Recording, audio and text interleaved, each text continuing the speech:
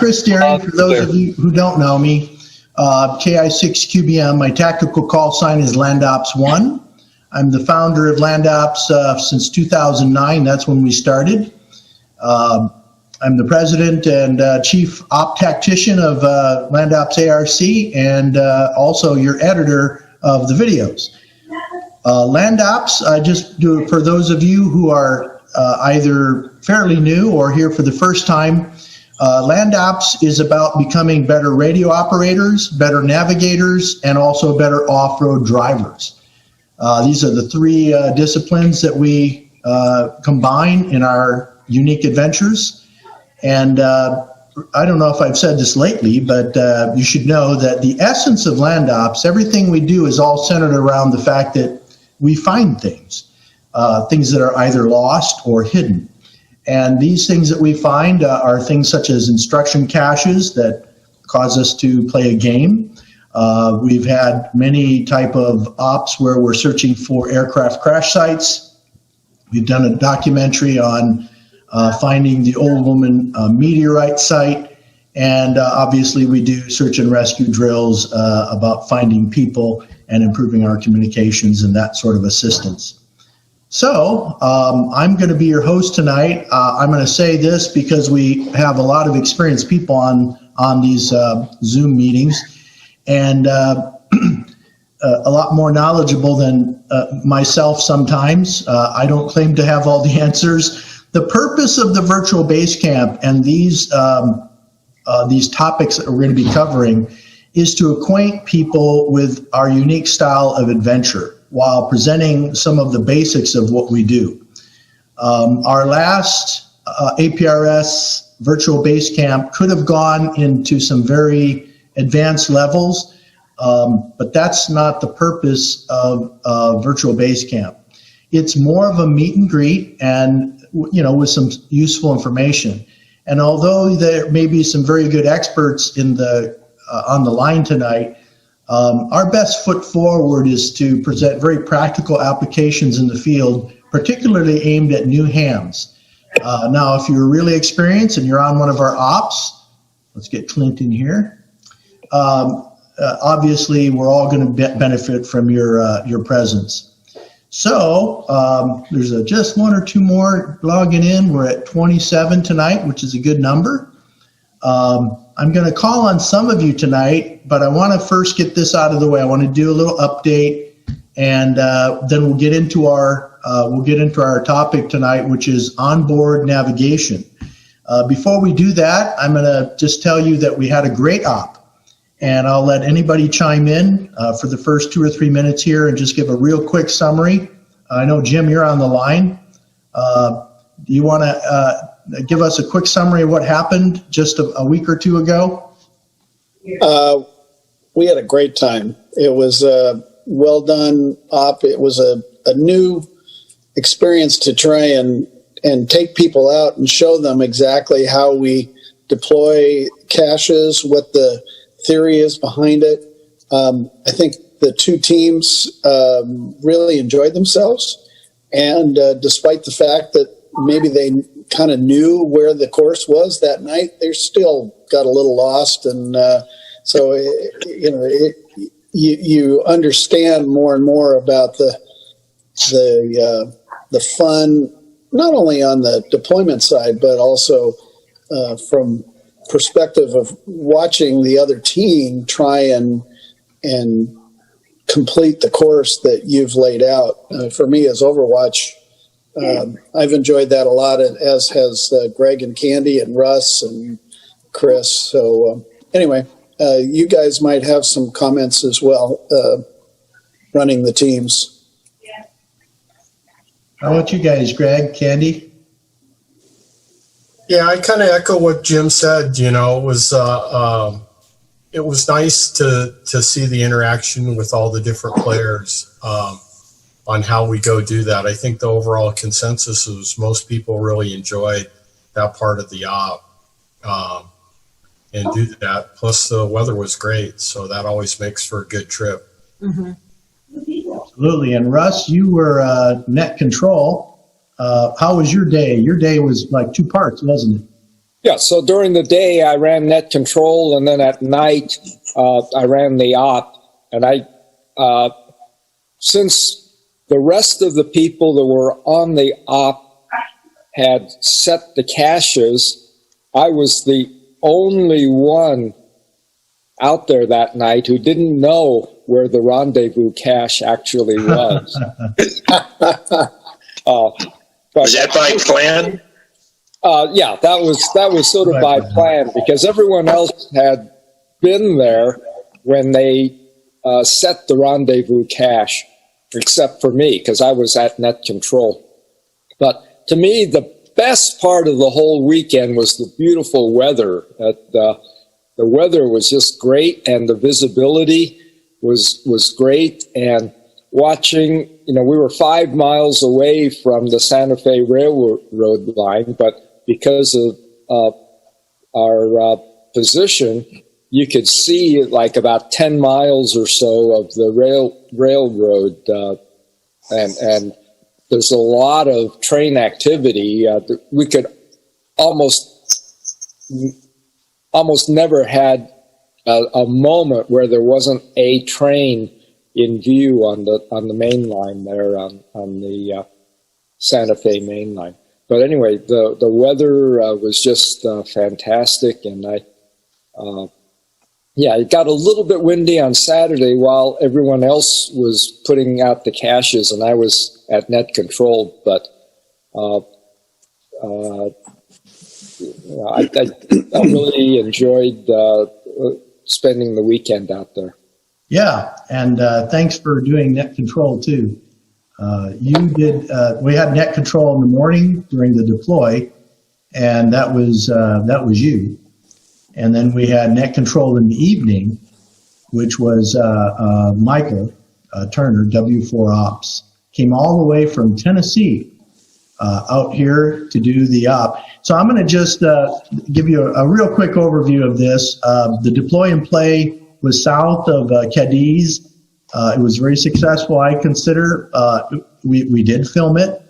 It's currently being edited right now, and it is part of the new series, Season 1, Episode 1 for 2021 called Playbook. And so we're going to have about it's a mini series, going to have about 5 or 6 episodes showing our different types of ops. And for those of you who don't know, we basically do navigation communication. We have sort of recon ops where we're scoping out territories to do NavCom. And then we have mini ops, search and rescue drills, night ops, which we did this time. And we have dual Basecamp ops. And of course, we have deploy and play now, which is sort of a training op, how to deploy the caches and then go pick them up. But of course, we switch teams so that you don't really know where all the caches are. I'm going to just do this for fun because it's only it's less than a minute and a half. I'm going to go ahead and play our Playbook 2021 Coming Soon opener, and I'll share my screen with you here, and then we'll get right into business on Onboard. Let's go ahead and share this one.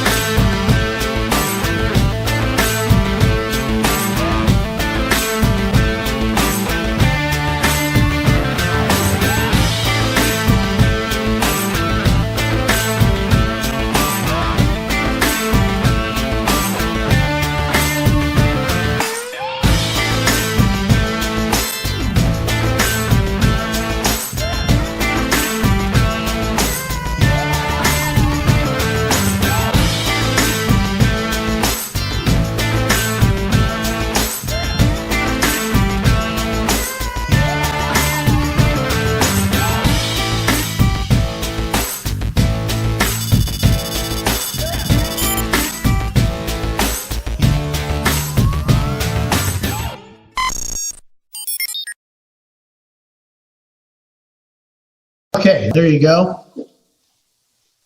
That was our little opener for the new series coming up. I hope you guys like it because I enjoy when we get all this new footage coming in. It's really fun to edit. All right. You did a great job editing. Thank you. Thank you. It's a lot easier when you got footage. And so we got some good footage from different people. And we also finally got somebody at Net Control that knew how to run a camera, Michael Turner, W4Ops, and he did a good job of filming himself talking on the radio and stuff, especially at night, and showing how he was tracking APRS. Okay, so tonight is onboard navigation. That means onboard means in your vehicle. We have different types of devices, handheld devices, including cell phones. There's street GPSs, and then there's, of course, the iPads, Android tablets. There are some very unique systems, Lowrance and some of these others that can be a little bit pricey. But for the most part, we at LandOps use a combination. You'll find most of us are using combination of things for various reasons. Myself, for example, I started off using an iPad a long time ago with a Gaia USA app. It's a software for a GPS app. And I had, at that time, I had we got W4Ops coming in. Let's let him in. I would run the Gaia on the iPad and with a Bluetooth GPS. Now the tablets and iPads have GPS in them. So today, what I'm running, just so you guys know, I'm running an iPad. I'm sorry, I switched to an Android with Backcountry Navigator, and of course that's connected to my RAM mount. And so we're going to talk a little bit about software applications, mounting hardware, what you should be doing before you go to an op, downloading maps, for example, different mounting hardware, and then a little bit touching on APRS crossover, how that trades in. So I'm just going to start off by showing you a picture. Let me share my screen again. I'm going to share a picture of my devices that I'm using. Let's just go here, share that. Okay, so, these devices are the handheld devices. Those have a certain benefit. Let me ask a general question that anybody can jump in and be confident with your answer. Why is a handheld device not really ideal for onboard navigation? Anybody? It's got a teeny tiny screen on Screen it. size. Because Exactly. it's handheld and you got to drive. And you've got to drive. Exactly. Can't see the satellite.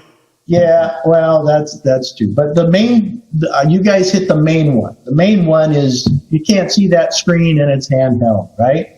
Okay, so then you've got, let's go, where are we going? Okay, so I have a little handheld device there, my Magellan. That's just sort of mounted and sitting on my RAM mount. But, I've got this Android tablet, and I upgraded to Backcountry Navigator, and this just does everything I need, and it's relatively inexpensive compared to some of the dedicated navigation systems with their own screens. But Is it's a that nice the big screen. OnX? Go ahead. What's your question? Is that the OnX Backcountry Navigator, or is it like Garmin or Magellan or? A Backcountry Navigator is a particular app, Backcountry Navigator Pro. It's not OnX. That's a different brand. It's not Gaia. It's not Garmin either. It's its own standalone app, and they have a variety of different map types that you can download to use. So it must be a Samsung thing, so I don't see it in the Apple Store. It is not available for Apple yet. There is a beta version. I'm a beta tester for Backcountry Navigator XC, and we can talk about that a little bit later. but no, it's not available for Apple. It's only available for Android right now as the Backcountry Navigator Pro. Thanks. Yeah. So what I used to use was Gaia. Gaia was something I ran on my iPad. And actually, I think they didn't have anything for Android at the time, but maybe they do now. But this is my setup. Let me just click through here and show you. I have this in my Jeep. It's sitting on a RAM mount that I bought when I was running an oversized laptop before all these tablets really became popular. My navigation was a laptop connected to Bluetooth GPS. So this is just a RAM mount that's mounted right down to the floorboard.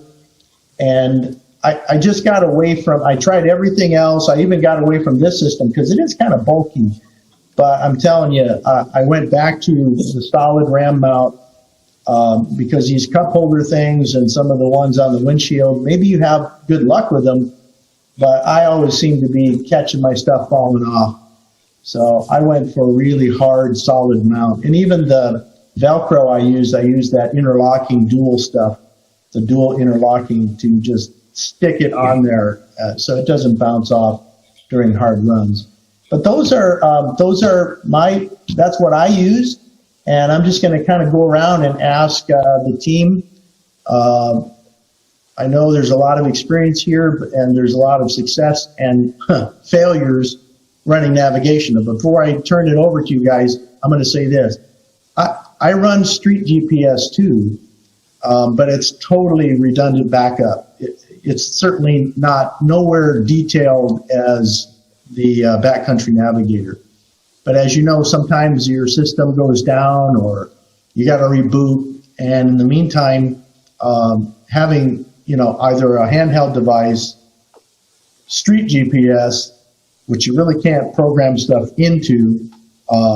So they all have their sort of handheld GPS. You can't really use it while you're driving. Street GPS, you can have it while you're driving, but it's not something you can load coordinates into. So, but I run all three. And the handheld, these devices here, you don't have to get a super expensive one. The handheld device is really for going out and finding the exact location of the cache. In the early days, people were so good at finding the caches, especially in the desert where there was no real roads on dry lakes and stuff. They would pull up to the cache and they couldn't find it because it was under their front tire. So they would navigate right to the spot and put their vehicle right on top of it and crack my cache. So you can be very accurate with your onboard navigation, but usually it doesn't happen that way. These days we put the cache off the road, so you usually have to get out of your truck and walk for 20 yards or something. But that's handheld. Then of course, everybody knows the Garmin Street GPS. And then, of course, our system.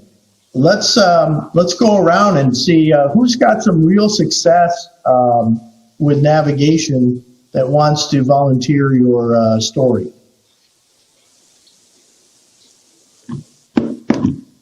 I'll just. Go ahead. Whoever talks first wins. I just I have a picture I can show very briefly of my Tacoma. If I can share my screen just for a second. I'm looking. Who's talking? Okay? Is it Matt? That's Matt. Sorry. This is Matthew. Oh, okay, Matt. Yeah. This is from the last op the other day. Okay. Oh, okay. I can't share my screen. Sorry. It says it's disabled. Oh, I wish I could. I can make you host, but I have to trust you. Okay, never. It's not worth it. But I just have a pro clip mounting point on my dashboard with a magnetic mount that worked pretty well for me. You use a magnetic mount for what? For a Samsung tablet, similar to yours. Oh, okay. That actually works. I've seen some of those magnet mounts where I've seen them on X Overland where they've got this. They just sort of it locks it in place. Yeah, is that something that's like what you have? I don't know if it's the exact one, but yeah, so I have like a little metal piece mounted on the back of the tablet, and it clunks on there pretty good. Yeah, I've seen that. Okay. Usually magnets and navigation don't go together, but with tablets and stuff, I guess they do. What I like is then I could just take it out when I get somewhere. I don't have to leave it, hard to touch. Okay, and what kind of software are you pushing? I'm using Backcountry Navigator. That was actually the first time trying it. How did it work out? And it worked. Okay. It works pretty well. I'm still getting used to it. Downloaded your maps first, and then you knew this general area. You downloaded the area, and when you got to the area, you just loaded those maps up, and they popped up, right? Yep. Okay. I didn't mean to take over. I was just going to show a photo that I had taken during the op that maybe I'll post it on the Facebook or somewhere. Yeah. Either Facebook or on the meetup. I think we can, I'm not sure. Jim, can we post photos on landops.org on Wild Apricot? Not sure. He's talking and it's muted. Yeah. There is a way to do it, and I haven't done it for a while, so. Okay, we'll pass the subject for now. I think I was able to, if you guys can hear me, I was able to upload a picture to Landop. Yeah, if you do it on the forum, put a forum thread in there. Under navigation, just post it up there because we have a thread on navigation. Okay, so that'd be a good place to post it. All right, good. Let's keep on the navigation side. Hey Chris, this is Greg. I'll jump in here for a little bit. Okay. Yeah, I know you're very experienced navigating. You've had your ups and downs. What's working? I've used both Gaia and Backcountry for quite a while. I used Gaia for the longest time, and then I've recently, in the last couple of years, switched to Backcountry. To me, the programs are pretty much the same. I mean, there's little quirks on how you do certain things in each one, and you just got to start using the program to learn that. But the big difference I see between the two is in Gaia, the feature I liked about that was you could superimpose two maps on top of each other and change the opacity of each so that I used to put a trail map up with a satellite image, was like one of my favorite screens to do. So you had some visual landmarks and you also had your trail maps on there. So that's a nice feature out of Gaia. I remember that. Isn't that a feature called underlay? Yeah, underlay or overlay or something. Well, they have overlay and then they have underlay too. Yeah, so, but you could show, I don't know if it had a limit on it, but you could show 2-3 maps all on the screen at the same time. So that was a really nice feature, and I hated to give that up to go to Backcountry.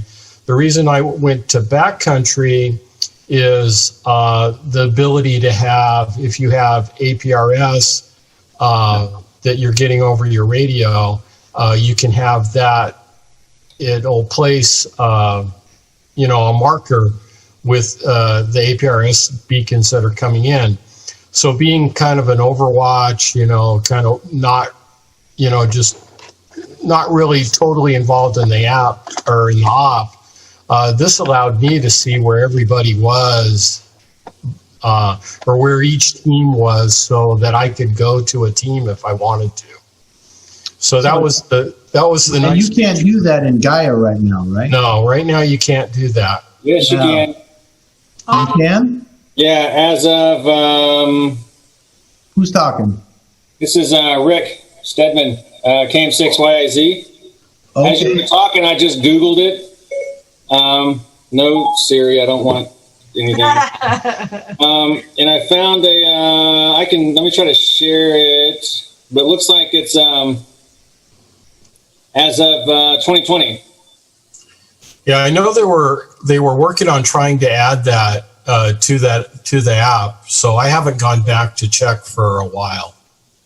I don't have APRS, so I don't mess with it. But I was just, as you were talking, I Googled it, and it's got a couple hits on it, so maybe it's a thing. Well, of course, there's your own APRS signal where you are on the map, and then there's being able to see others. So it was worth checking into, because I'm sure Gaia knows that they may have lost some business to backcountry for that reason. Hey, Chris. Yeah.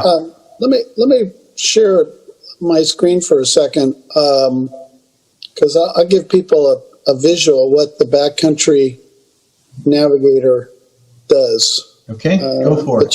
But you got to give me rights here. You just got rights. I gave it. There we go. Thank you.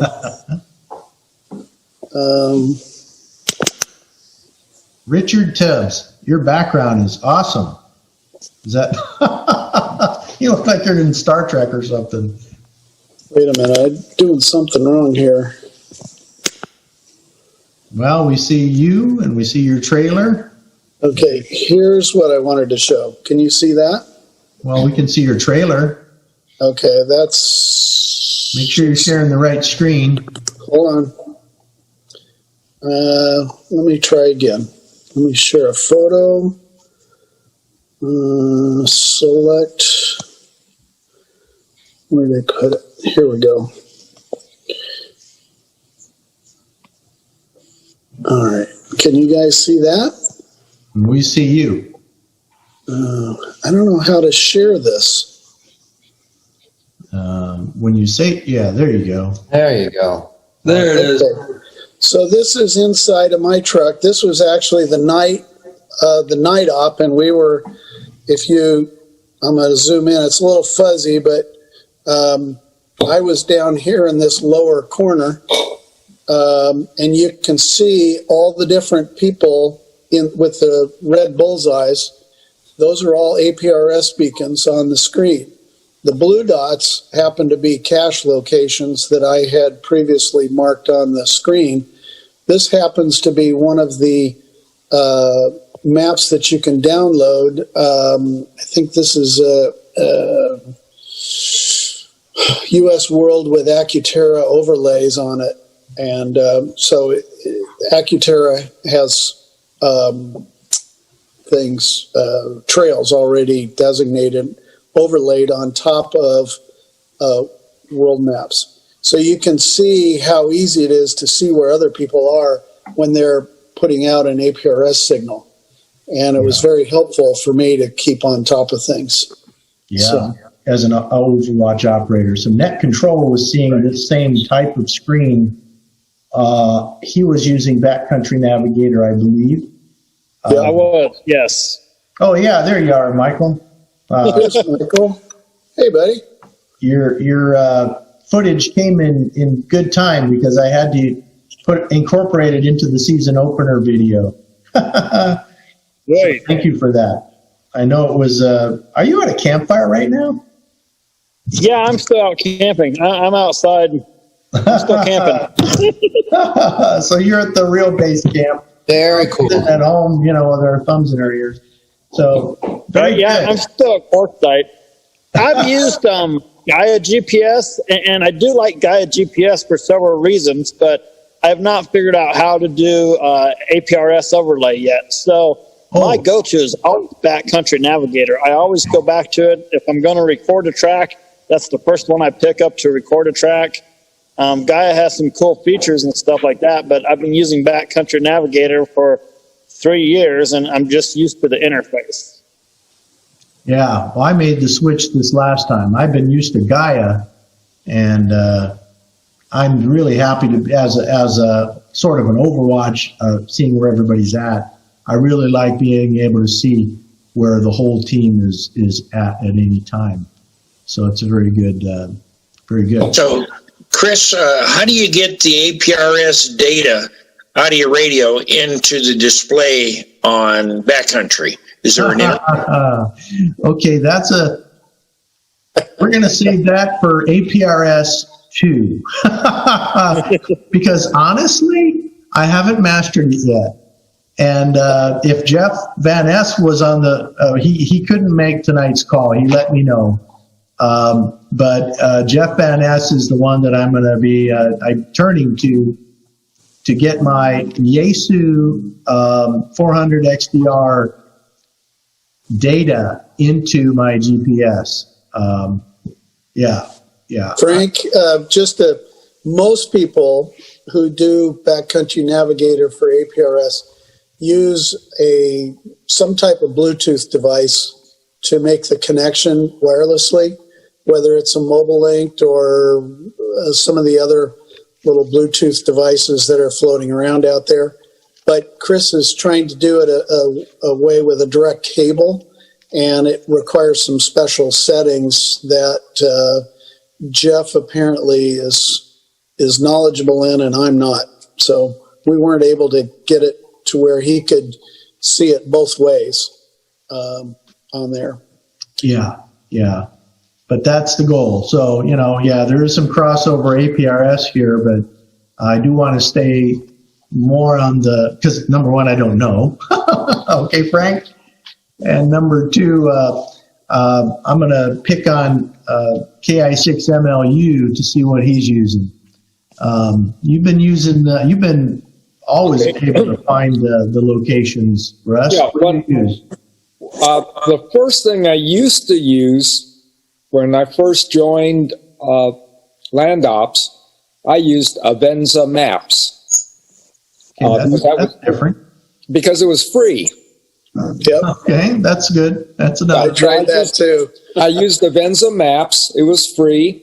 And so when we got a waypoint, or we opened up a cache and looked at the coordinates, I could go into Avenza Maps and I could key in the coordinates for the next cache. And Avenza Maps would show, and I could use it on an iPhone or an iPad. It would, show me the distance and the azimuth to the next cache. Now, what I've done more recently, I would say within the last couple of years, I use Gaia. I use Gaia on my iPhone, and the same thing. Now, if we're out in the backcountry, I have to download the maps ahead of time. If I don't have the maps already downloaded on my iPhone, then Gaia will only show me the azimuth and the distance, but it won't show me the background. So now, if I am in internet range with a cell phone, cell data or whatever, then Gaia will download the map, and with Gaia I can choose the map. So I've been using mainly on our Land Ops, I've been using Gaia on my iPhone, and then I have a windshield mount for it so that I could see Okay. As we go. So you're using a handheld device as your primary navigation. Well, that was until 3 months ago. Oh. Now, 3 months ago, I got a new Jeep. Yes. My new Jeep has the 8.4-inch Uconnect display. Wow.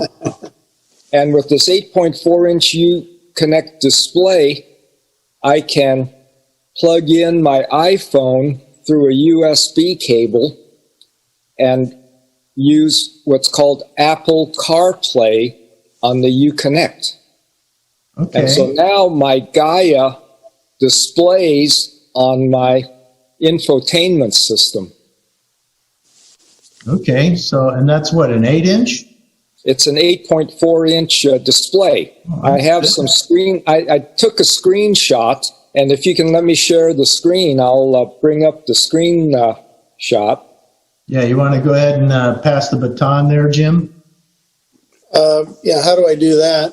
Oh, you go hover over his the 3 dot. You click the 3 dot, and it just says make him host. Switch. No. That's not it. You hover over Russ, and then you'll see 3 little dots. I don't have a mouse, though. I'm working on my... Don't launch anything. Let's see. How do I... Well, I think you have to tap Russ. Yeah, find my name on the list. Okay, let's see. Make host. There we go. Make host, yeah. Okay, there you go. I guess that's one of the qualifications is you've got to be able to give the icon back. Go ahead. Okay, Russ. It's all yours. Thank you. Okay, so this is what the iPhone screen looks like with Gaia. This happens to be the Bradshaw Trail, and I was on the Bradshaw back about a month ago. And so this is what the Gaia display looks like. That amber arrow is my location, and then the dotted line is the trail. Mm-hmm. Now, this is what the Uconnect display looks like.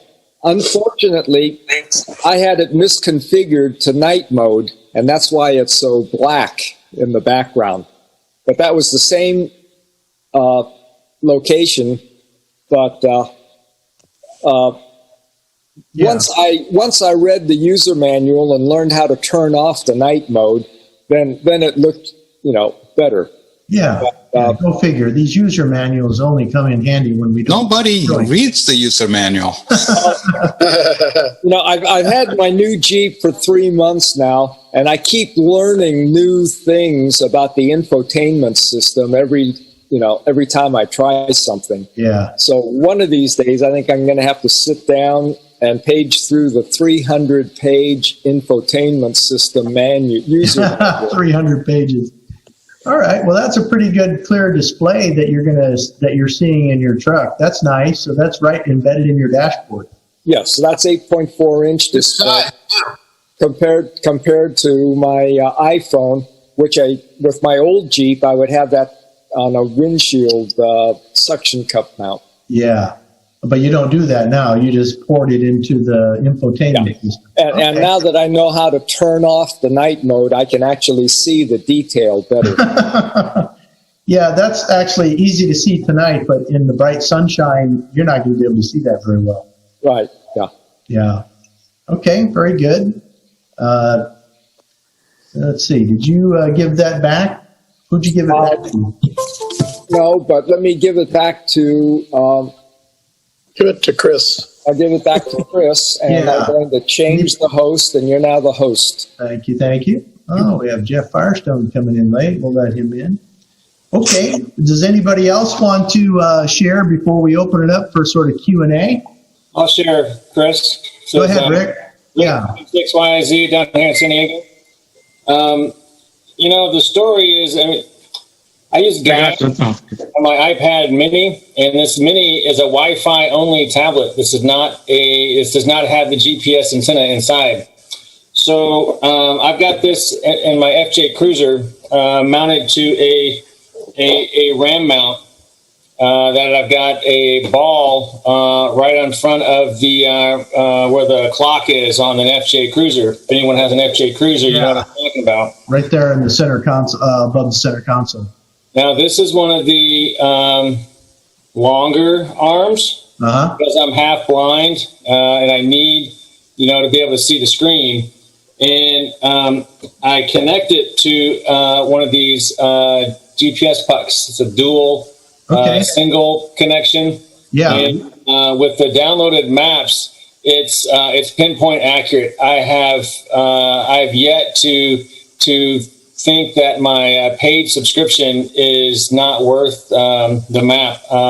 Other people have used Gaia just as recently as this last year's Baja 1000 in their race trucks. So it is definitely getting some traction out there, pun intended. But I have personally tested this setup with a Mini. It's an iPad Mini. Yeah. And with the RAM mount in my truck doing 40 miles an hour in the washes in Anza-Borrego. Of course, I've got the suspension to deal with it, but it does not fall off. I have yet to have an issue with it. It's been solid. So for now, it's going to be my go-to. I don't have an APRS radio, so can't do that anyway. So for now, this is it. Yeah. Okay. Well, that's good. So you ended up.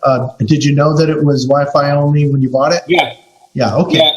I originally had a Samsung tablet before it died, and I was looking at apps and Gaia. I did a side-by-side test on my wife's tablet and then my tablet, side-by-side, same app, same map, same everything.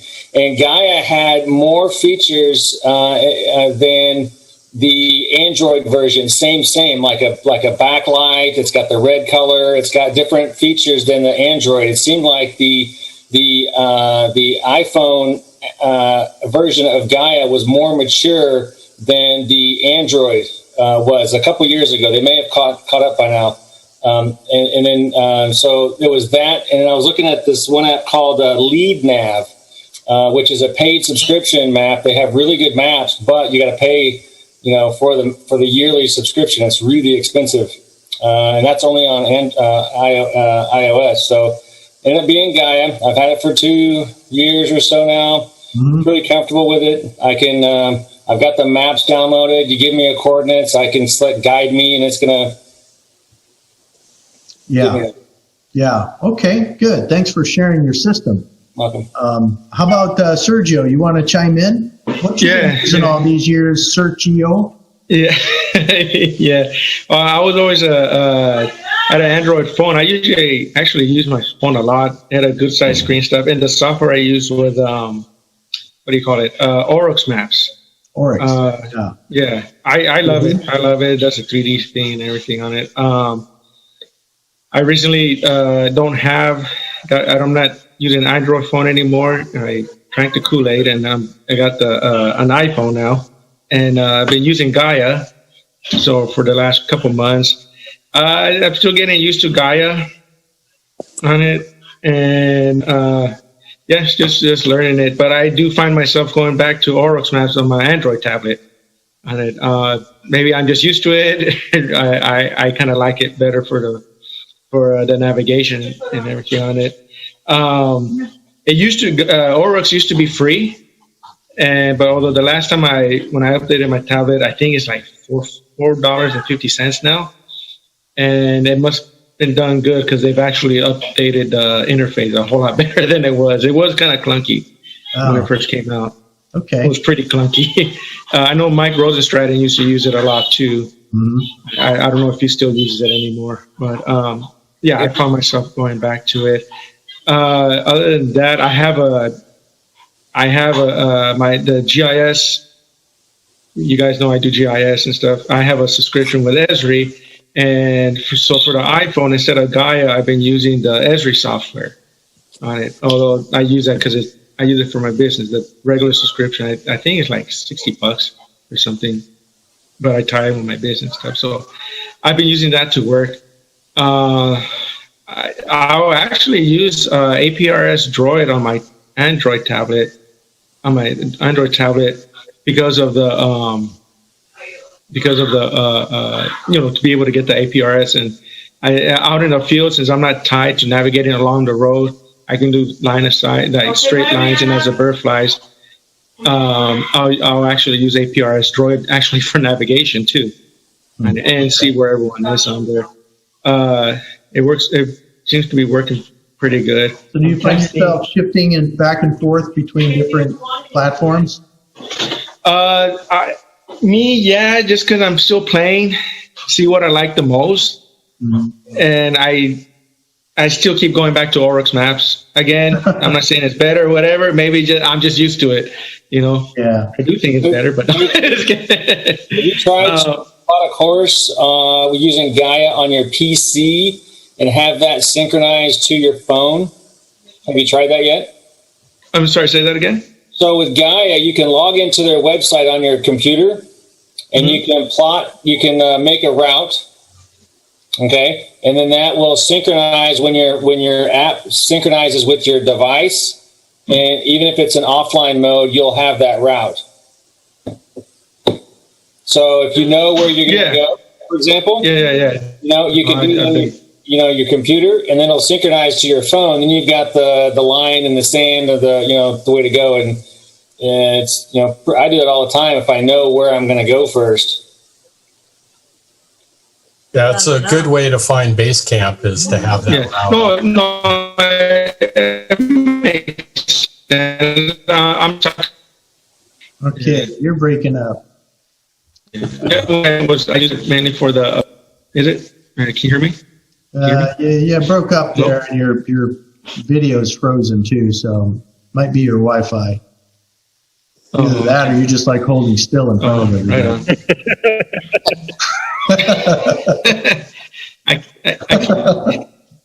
Okay, you're moving now. He's got life. Greg brought up a good point. Yeah, Real quick, this is Zoom.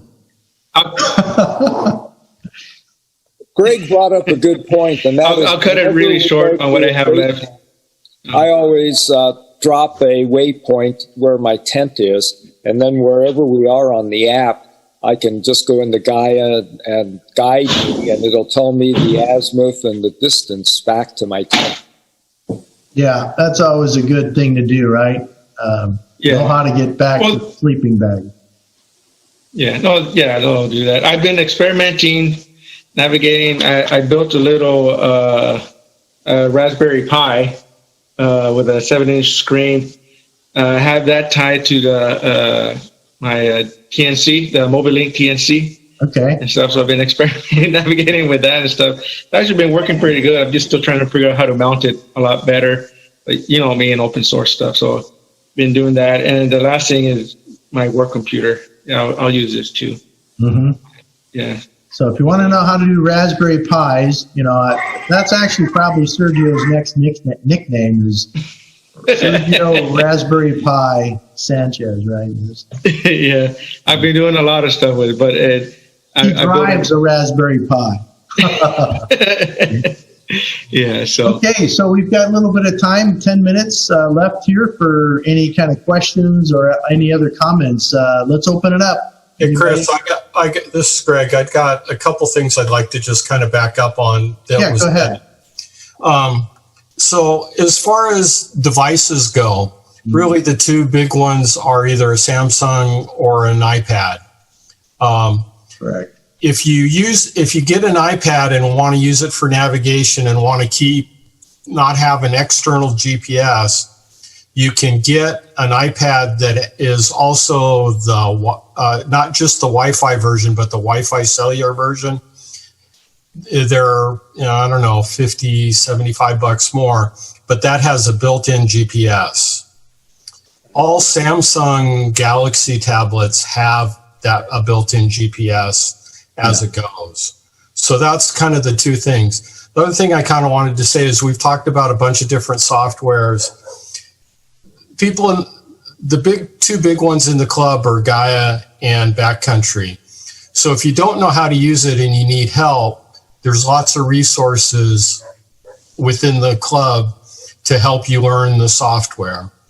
But I think the best software is the one you actually get and learn how to use. And it doesn't really matter. I don't think there's that much difference between all the different programs. Some are going to have features you like that are better.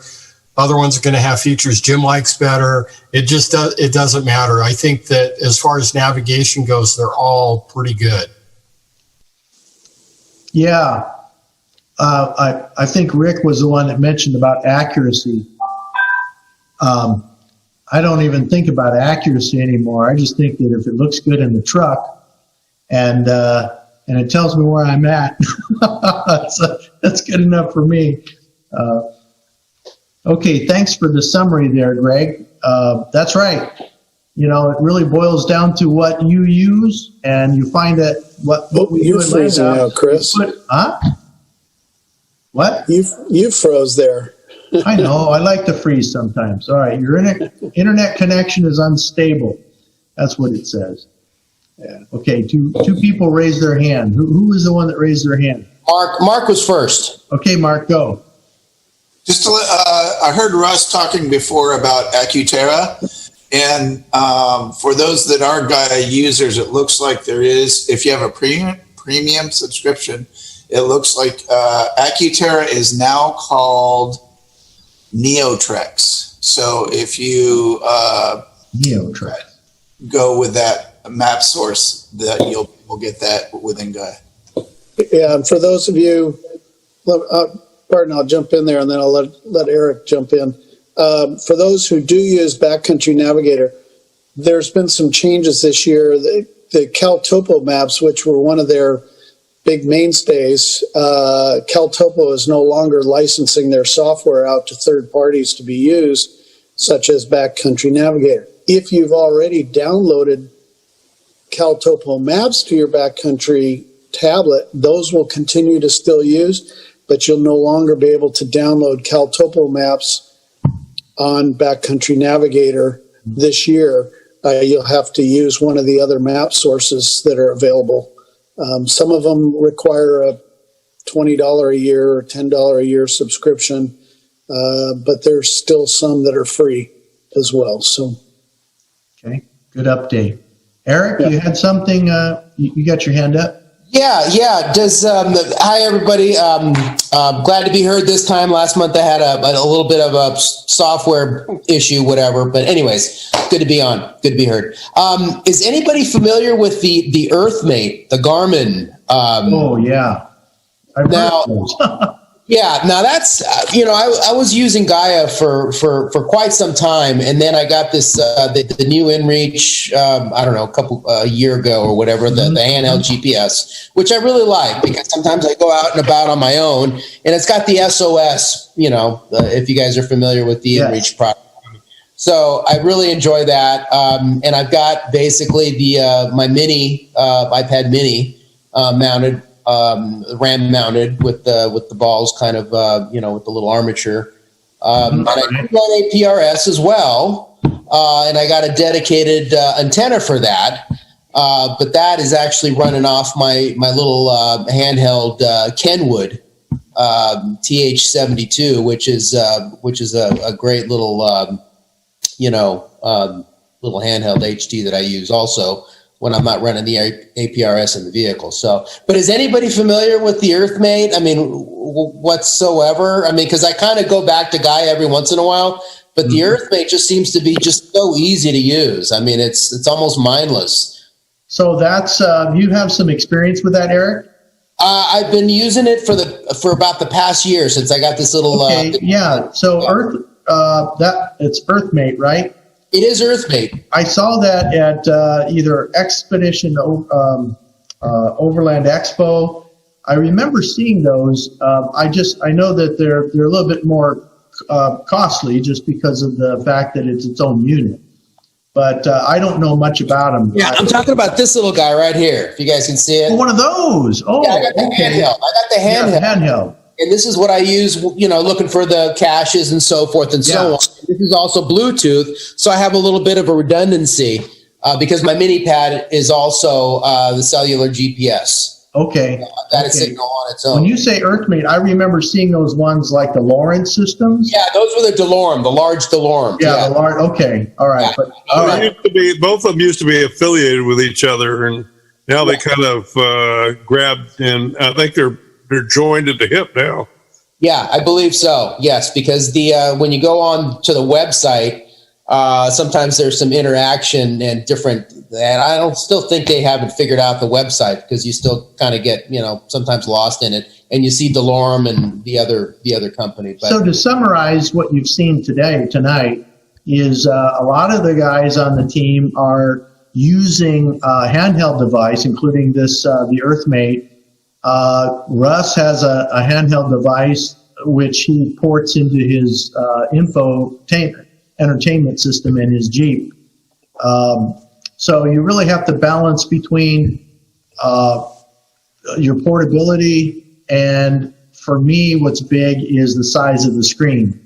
The longer it takes me to find something that's really tiny, the more time your eyes are off. We don't promote driving looking at your GPS, but you have to reference it, and the bigger the screen, the better. Yeah, Chris. One more thing. The app, there's an app. The platform, the software platform, is the EarthMate app on my iPad. So it is on my larger screen. Oh, so you just port that to your? It's seamless. It's seamless. Oh, that's awesome. I can do all the tracks on my PC. And then all I do is sync it to my mini pad, and it comes out on my little handheld also. Okay, I'm looking at my mini pad, up above my console. Yeah, So and the iPad. Yeah, the iPad app is free on the Apple Store, guys. If you're interested, and if you have a Garmin, right? So I have the eTrex thing. Yeah. So you're able to see that on your bigger screen. Yeah, no, exactly. So when I'm in my Jeep, that's what I got. That's the app that I'm looking at, the EarthMate app on my mini pad. So maybe maybe Eric's figured it all out, and we're just all spinning our tails here. It seems just seamless. It really is, because I can drop waypoints with this thing, and it's. So now the question is: do you use? You said you use APRS, and you use your handy talkie, right? I use my handy talkie for that, yes, and I got a dedicated antenna for that one. So it's just when I'm out in the field, I just turn it on when I get there. Actually, more so for my wife; she can see me exactly where I'm out in the middle of nowhere, kind of thing as well. But that doesn't give you the ability to see others. You're just putting out an APRS beacon, which is good too. Okay. I've been trying to figure that one out as well, just like everybody else in the backcountry. It just seems a little bit, complicated trying to figure this out. But for the sense of knowing where I'm at, you guys can find me. Yeah, good. All right. Well, great. Any other questions before we wrap it up? We got about 3 minutes. Any others that want comments or questions? I got the EarthMate runs on my Rhino 755T, which has got that all built into it. So it's kind of easy to bounce back and forth between the handheld Rhino and your laptop or your pad. And so it all kind of works out there. EarthMate is a kind of an interesting product. Yeah. Okay. Well, next time I'm out, I want to see your setup. And okay. So I picture it in your truck. You've got your pad mounted, so you can. It's your screen, and then you got your two portable devices somewhere. One of them's probably on the window on your balls. The balls, the thing that Rick got it. Had. Yep. Yeah. Okay. The RAM mount. Eric, and you said that you have an Apple, a Mac Mini mounted on the Jeep as well, or did I? A Mac Mini? Yeah, I have a mini iPad. Oh, a mini iPad. I'm sorry, I thought it was a Mac Mini. Yeah, okay. Well, in fact, you could probably do the Mac Mini for lack of anything else, because you could stick it just like you do an extended radio, stick it under your seat because it doesn't need anything, and then HDMI up to some screen, whatever the screen may be. I'm not sure that it would come up on the entertainment section on the Jeep, but then you just pick your screen, or you get real fancy and you have a heads-up display. I like easy. That's what I like. I like easy, and I know how to work it. That's when you use it. Exactly. That was a mistake I made. I didn't get easy. I bought a Magellan TRX for like $500, and it's a freaking brick, because it wouldn't do anything because their software is so unintuitive. I couldn't believe it. So I had to type up how to use it in simple terms and put it in a box with it. So the next time I go to use it, I could actually find something. It's called using a correctional impact tool. Yeah. Or you can just use it to block your tires. Yeah. There you go. That too. You need leveling for your tent there. There's your leveling device. Okay, well, maybe everybody here has a solution in your vehicle, but we're recording this and we're going to put this up on Virtual Basecamp, and it'll be up forever and ever and ever. And so people that want to find out more about how we're running navigation in our trucks, this is, I think, going to be very helpful. I want to thank everybody for being on tonight. This is awesome. And I'm taking suggestions for upcoming topics. But how about how things get mounted in your vehicle? I saw you had a floor mount for yours, and then I've seen the crossbars for mount. I would like to mount my iPad in there, but I want to make sure it's safe. So I'm looking for alternatives Yeah. my iPad in the That's a good point. You know, mounting stuff in our vehicles is really important. You know, they can be, for example, when you go to some of these other off-road events, they'll tell you they don't accept having a high lift jack on your hood. You know, that's just really dangerous. If you have an accident, that thing come right through your windshield. So there's things that are foolish and there's things that are smart inside and outside the vehicle. That's a good idea, Scott. We'll consider doing, mounting equipment on your vehicle, whether it's off-road equipment. We probably should have something for in the cab sort of solutions. Definitely the ones I like the best. I've watched Expedition Overland. They've got some really good videos on how to wire things. And, you know, I did that a long time ago when I wired things. I put my own fuse box in the front cab so I don't have to keep running back and forth to the firewall. So good idea. We'll come up with some more topics, but I'm going to go ahead and wrap this one up tonight. We just went a little bit over 1 hour, which is great. I want to try to keep it down to an hour. And thank you, everybody, for coming on tonight and sharing your onboard navigation and handheld, too. Okay. Good night. Good seeing you guys. Thank you so much. Thank you. Thank you, Chris. Good night, everyone. Thank you. Good night, Jim. I appreciate that.